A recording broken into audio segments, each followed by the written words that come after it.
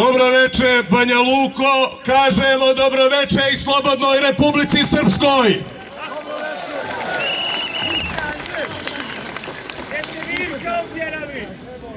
Na današnji dan, prije 88 godina, hrvatski ekstremisti i srbomrsci ubili su kralja Aleksandra Karađorđevića u Marselju. Takvu politiku koja je to uradila dobili smo i u onom drugom ratu, kada su te politike pobile srpski narod od Hercegovine do Banja Luke.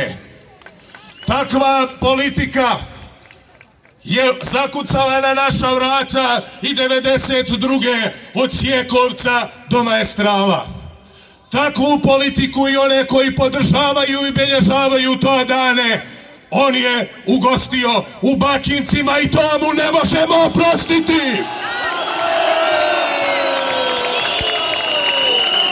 To mu ne možemo oprostiti. Kao što ne možemo da mu oprostimo ni prodaju jasenovačke građe. Kao što mu ne možemo oprostiti ni krađu izbora. Jelena je naš predsjednik.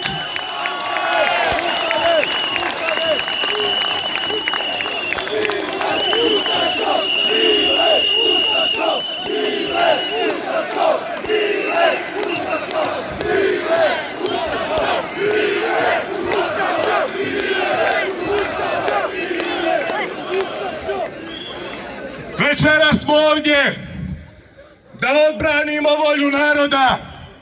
Večeras smo ovdje i u budućim danima ćemo biti ovdje da odbranimo Republiku Srpsku od lopova, od razbojnika, od kriminalaca, od političke mafije, da ih odbranimo od onoga režima koji je oličen u njegovim pendrekašima i siledžijama, i ovdje smo da odbranimo izbornu volju naroda. Zato smo ovdje večeras. Ovdje smo večeras zato što Republika Srpska vidi da je došlo vrijeme da ima obrazovanog Hercegovine, da pitamo Ćuluma gdje mu je Sipa i gdje su mu inspektori, i da pitamo ovoga ovdje iz Banja Luke koji vodi srpsku policiju zašto ćuti i zašto ne hapsi pendrekaše i one siledžije iz Doboja i širom iz Republike